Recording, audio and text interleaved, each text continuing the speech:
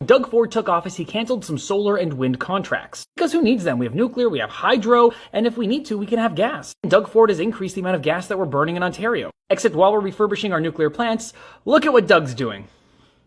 Ontario to seek new wind and solar to help ease coming electricity supply crunch. Who could have seen that coming? Who could have seen this coming? Definitely not me, who's been talking about it for multiple years. This isn't an argument about what is or isn't needed. This isn't an argument about whether or not those were good or bad contracts that he canceled. What this boils down to is showing that Doug does not plan for the future. He waits until things need to happen, and then he goes, oh, we should do something about that. But that's not the goal of government. The goal of government is long-term planning.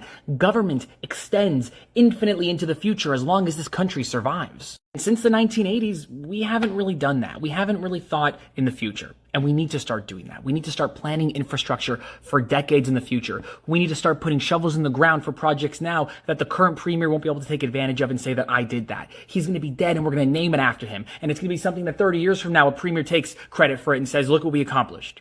That's what long-term planning is when it comes to politics and infrastructure. And we just don't do that anymore. We do stupid things like cancel electricity and wind contracts so that we can put them up later and be like, oh, look at this, look at all this good stuff that we're doing for climate change and blah, blah, blah. You tell that I'm angry? Just a little bit?